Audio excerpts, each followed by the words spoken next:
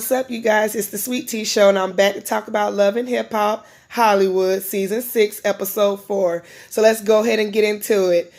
So let's start off the show with Boobie. Yes, you guys, Boobie is back with his fine country self. Boobie is back. You got Mickey Monday, you got A1, and you got Fizz. They're all outside playing basketball. Boobie can't get the words out. Boobie tells us that he's no longer playing basketball, but you guys already know he left because he was injured. He just decided not to go back, but he wanted to do a music career. Obviously, that didn't go well, so that's that. But he wants to know about Fizz in April. Fizz never really answered the question except for the fact that they just friends. But Boobie in his confession talking about son April looking real good. She looking real good. And I'm just like, okay, Boobie. Like, if that's what you want to shoot your shot at, you go right ahead. A1 lets us know that him and Lyrica is not doing no good. Summer Bunny is out here making it what it is not. Basically, a typical man lie. He feels like Summer Bunny's out here trying to make things what it's not. And he says living at home with Lyrica is like they're complete strangers. Nobody's talking. He don't really know what to do. But he just been focusing on his music and going on tour. Fizz, out of all people, try to give advice. And it's like, I mean, I guess Fizz ain't the worst person, but it's like, you're not somebody I would take advice from. But he, nonetheless, he did tell A1, you need to show her that she's worth it. You got to make her feel like she's your wife and, you're willing to work things out and take it from there. So, yeah, that was that. Moving on from that scene, we get this scene with, was it Mickey Monday? No, it wasn't Mickey Monday. Oh, yes, we get this scene with Lyrica and Princess. They meet up to go look at some apartments. Apparently, Lyrica is apartment shopping, house hunting. I guess you could put it that way. House hunting, apartment hunting, whatever. She's looking for a place to stay. She hasn't really made up her mind, but she's just getting the idea. She really doesn't want to stay home with A1. She tells Princess that it's just like living with a stranger. Same thing her husband said. She said she doesn't talk to him. She's very upset. And, she wants her child to have both parents. But it's like, what does she do? She's very hurt. Princess tells her what she went through when Ray J was cheating. She said she understands exactly how Lyrica feels, except for they didn't have a baby at the time. She lets Lyrica know that she left for a couple of months, moved out, and got on her own. It took Ray J to realize, damn, I don't have her. I really need to appreciate her more. So that's what made him snap into reality, and they got back together. And I don't know if this is true or not, even though I followed them both on Instagram. I didn't necessarily see it. But I hear that Ray J and Princess got a little bundle of joy on their way. That's what I'm hearing. So I'm hearing Baby Melody going to be a big sister now. So I guess that's going to be the next storyline for next season, but we'll see. Anyway, moving on from that. So Lyrica just doesn't know what she's going to do. She hasn't even told A1 she's out looking for apartments. So, yeah, we going to see about that. The next scene, we get this scene with Mickey Monday. We get introduced to his family. He has a 9-year-old daughter. She's absolutely beautiful. Got the same type of hair as him. Very curly and brown.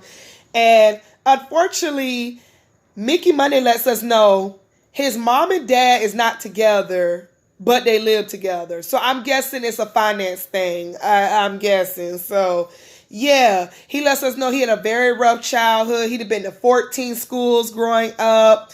His parents always try to find ends to meet. So they're all at the table. They say grace. They eat. And Mickey Monday tells us how he could have starred in the episode of Empire. That was my show. I actually heard it took Empire off. They wrong as fuck for that because I ain't play by my cookie at all. That was the only reason why I watched the show. But anywho, he was really supposed to take this gig and get on the show of Empire, but he chose to listen to his friend Trish. We're going to talk about her in a minute. He was supposed to go on Empire, but instead he listened to his friend Trish, who introduced him to Akon. And apparently his career still went flop because Akon didn't really do nothing for him. And we all know Akon hasn't really been in the radar of the music industry for a little while. Like, I actually forgot all about Akon, although his music still comes on the radio, and I love Akon music. I loved I like the music he did with T-Pain, like Bartender. I love Let Me Love You. Not Let Me Love You. Well, y'all know the words. I don't feel like cussing today, but I Want to Love You with Snoop Dogg. That was one of my favorites. I ain't gonna lie, I like to smack that. That was my shit. I was just singing that in the shower the other day with my boyfriend. I was like, smack that all on the floor. Yeah, so anyway, yeah, we haven't heard from Mr. Akon in a while. But yeah, his parents felt like he should have just took the dig with Empire. Maybe his career would have went somewhere. They would have introduced his talent. But hey, I mean, I wouldn't mind seeing Mickey Monday on Empire. Later on, we see this episode. We see this scene with Akon. Akon is actually on the show. He's in his convict meeting, and we see this lady named Trish. Trish is Akon's wife. Well, one of Akon's many wives. She's a white lady with a blonde wig on, long hair, long wig basically, fake booty, fake ass. I'm guessing her lips are fake too. I don't know. I'm not saying she's ugly. It's just too much plastic for me and my taste. But she was almost giving me Miss Nikki Baby vibe, but only Miss Nikki Baby looks good in my opinion. Some people say she's plastic too, which she is in their opinion. Which she is because she got a lot of things work done, but she looks good. But not saying this girl don't look good. Just it's kind of obvious in my opinion. So anywho, she lets us know she has 4 kids, but they're not by Akon. She lets us know Akon has 9 kids. I didn't even know, as much as I listen to Akon music, I never took the time to really do research on him. I did not know Akon has 9 kids, but I wasn't surprised when she said, because it's like this generation, men have like 50 damn children all over the damn state. So it's like, what the fuck ever. He ain't no better than these rappers out here today. Then she lets us know Akon has 12 wives. Now that I was shocked about. I was like, really? Akon, you got 12 wives? But then I was like, but they do shit like that in Africa. Like in Africa, you can have 12 wives and it is what it is. Like it's legal over there. She also lets us know that her and Akon got married in Africa. I forgot what part she said, but they got married in Africa, so go figures. She also lets us know they split up for 3 months, and she was messing around with Mickey Monday. He was filling her needs that Akon was not fulfilling. And later on, we see her and Mickey Monday meet up to have lunch or dinner. I'm going to just say dinner because it looked dark. They was having dinner. And she says that she hasn't talked to Mickey Monday in a little minute because last time she seen him, he had some nasty words that he called her. He called her all type of bitches and hoes. We also see that Mickey Monday does not deny it. He said he apologized for calling her those names, but it's because he was in the club. She trying to flirt with his friend, and he just felt like she got him fucked up. He also explains that Trish was one of those people that was helping him with business and other type of business. So basically they had like a Stevie J Johnson situation. She was supposed to help him with his career, but they was fucking on the side. And obviously it did not go nowhere. He loves her as a friend. He feel like that's his ride or die dog or whatever. But he doesn't see like no relationship going among them two. So whatever. Even though she's back with A1, I don't know why even though she's back with Akon, she acts like she still want Mickey Monday. So Mickey Monday must got that good. You know what I'm saying? So moving on from that. She asked about his girlfriend. And Mickey Monday lets us know that he has his girlfriend named Slim. I think that's what she's called. She's a model. I heard of her. I haven't really did my research on her like that. I know she starred in an episode of Catfish. She was one of the people that walked around with Neve when the other guy was on vacation or pursuing another career. So she has a little gap between her teeth, but she's very beautiful, very beautiful. I know she model for Rihanna and some other companies and big time stars. So she's a very beautiful girl. She has a nice shaved head and stuff. But yeah, Trish obviously has some negative things to say about her because she asked Mickey Monday, "Are you happy with your girl?" He says, "Yeah." She tell me something, "No, you're not." And I'm gonna say this real quick. Trish's voice kind of annoys me. It sounds like she has a cold and her nose kind of stopped her. Like she just, "No, you're not." Like I don't know. Like she sounded like one of those preppy girls with a cold. I don't know. Her voice just irritated me tonight. But yeah, she lets us know that he's not happy. She knows him. In other words, I feel like she's basically trying to say, ain't no other woman gonna make you happy like I did. Basically what she's trying to say. But nonetheless, Mickey Monday laughs it off, and I'm just like, you giving her a reason to say what she's saying. You're entertaining this bitch. So moving on from this scene, we see A1 and Lyrica. They're back at home. Lyrica is folding up the clothes, and A1 comes in. He lets her know he's sorry. He wants to know what they're gonna do from here. He misses his wife. He loves her. He cares about her. It was a mistake. He willing to fix the relationship. He asks her, is she willing to fix the relationship? She basically says she don't know. She said she'll be lying. She said she didn't want to be with him, but at the same time, she can't really get past this. She wants her child to be raised in the same home as his parents, but what can she do? Like, this really hurts her. So A1, and then she also lets A1 knows that when you went on tour with T-Pain, I don't know what the hell you were doing. Then that's when A1 lets her know, well, I gotta go on tour in 2 days. Why don't you go with me? And you perform and we just have a good time like the good old days. Lyrica lets him know, I'm not trying to pretend things are peaches and cream when no they're not. So he was just like, how about you just come out, let your mama watch the baby. I feel like the mama Lyrica had been having the babies. So I'm trying to figure out, do Lyrica G raising Ocean? Because I done seen her with the baby more than I seen them since the show started. And this is only episode 4. The only time I seen baby Ocean with them was episode 1. When A1 had the baby with Ray J in the park. And then I think it was episode 2 when Lyrica smashed that goddamn phone in the kitchen with the baby. So, all right. Anyway, Lyrica didn't really give him an answer. She said, we'll see. We later on see K. Michelle walking on the beach, meeting up with Brittany B. They talk about music and everything else. They talk about how Lyrica, K. Michelle brings up Lyrica, says how she missed her, she wants to work things out, it was a stupid beef, and she didn't mean to say what she said about her and Safari. Okay, K. Michelle, I take your music serious, but I don't take you serious because you real messy.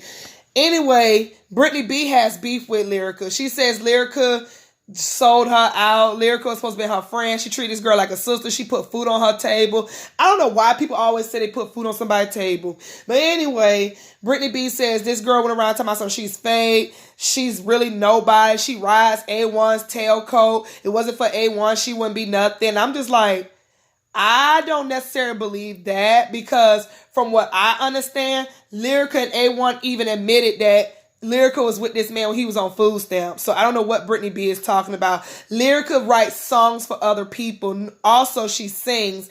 And obviously, she has some type of talent. She comes from a little bit of industry because her mother, Lyrica G, even says she'd have worked with people like Shaka Khan and those type of people. So Lyrica came from working with people in the industry. I think that was way before she got with A1. So Brittany B, your story ain't adding up. Your facts that you spit out your mouth, sis, ain't adding up. But that's neither here or there. So they talk about that. But Brittany B says to K. Michelle, if you want to be friends with her, you go right ahead. In the meantime, I'm going to be working with Blac Chyna and her music. Oh my God.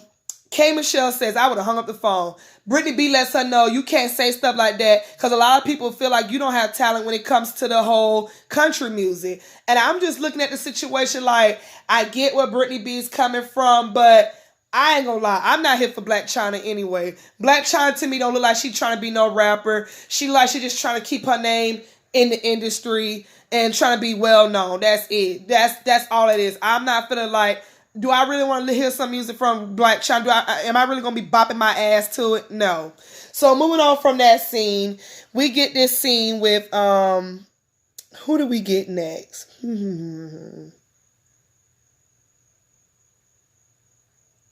Well, we do see that K. Michelle's taking the the IDF for her stomach. So she's going to make the sacrifice. She really wants these twin girls.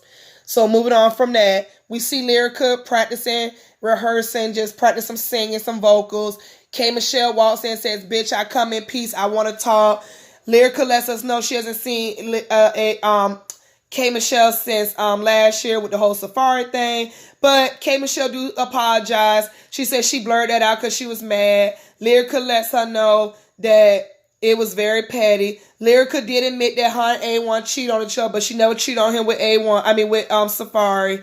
She starts to cry. She says this Summer Bunny thing is just too much for her. She doesn't really know what to do. She doesn't know if she wants to give up her music because she got to take care of her baby. And K. Michelle basically tells her she can relate to her. She's been where she's been. But she also invites her to go on, not on tour, but showcasing with her. Come perform at her showcasing. Lyrica said she would do that instead.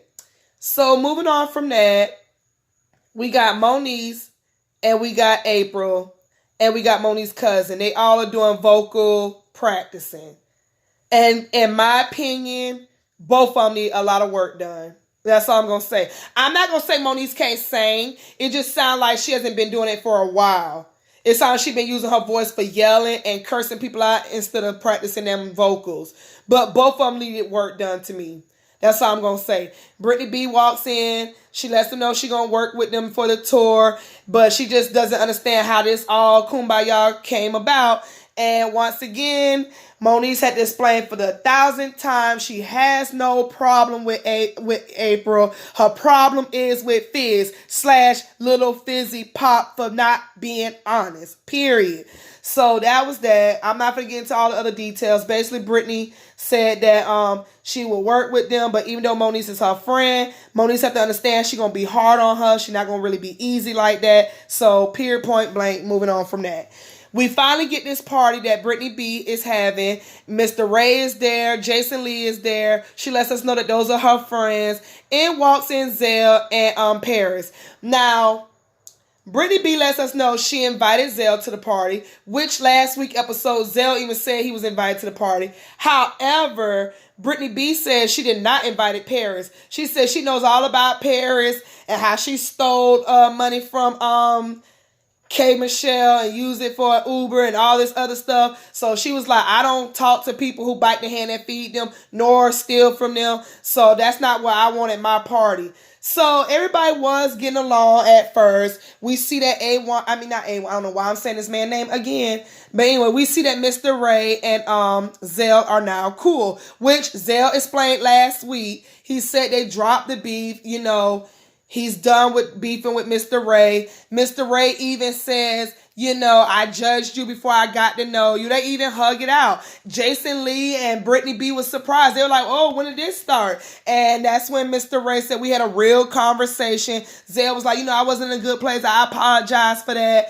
Apparently, Paris didn't like that. Paris said, this the fake shit I be talking about in Hollywood. We got to do all this fake kumbaya. Like, y'all ain't got to be friends. Y'all can be cordial, but y'all ain't got to do all of that. So she was expressing that. Meantime, Brittany felt, girl, you got a lot of nerve to have that type of energy in this party. I didn't even invite you. So she let it be known, Zell, I invited you, but I ain't invite her. Keep in mind, when they came up, Brittany breathed through this little shade. Did y'all catch Uber? Did y'all bring Uber here? Trying to be funny about Paris stealing money from Kay to use the Uber. So they didn't really catch the joke at first. They both was just like, yeah, we had a ride. Yeah, we called Uber. But back to that. Brittany B sits up here and lets them know, well, I never invited you. So Paris feels the need to tell her, I come to parties like this all the time. Then it goes back and forth. She's like, but you a thief. Why don't you go catch your Uber and go home and this and that. So, oh my God, when she said that, Zell turns back into Zell. Zell goes and says, oh, we can all be messy, girl. You don't want to go there. You look like a wide highlighter. And which Brittany B did. I ain't gonna lie, she brought up the whole fucking party. Like, if the lights went off, we'll all be able to see with her damn outfit. Like, girl, Zell called her wide ass. I'm like, okay, I guess y'all not friends no more. You finna turn on her like you did Masika. So that was that. That's where the show ended at. I guess I'm gonna catch you guys next week. Tonight episode was funny at the end. I thought it was funny at the end. So yeah, that was Love and Hip Hop. You guys already know what to do. Like, subscribe, share this video, comment. Thank you guys for watching. And you guys notice the background's a little bright. I told you this is my new apartment. And I'm so happy to be in it. It was like second weekend and I'm just happy. And I just love how everything's bright on my phone and I can record better. Soon I'll be recording on my computer, which is what I want to do. But I will catch you guys next week. Thank you for watching this video. Bye.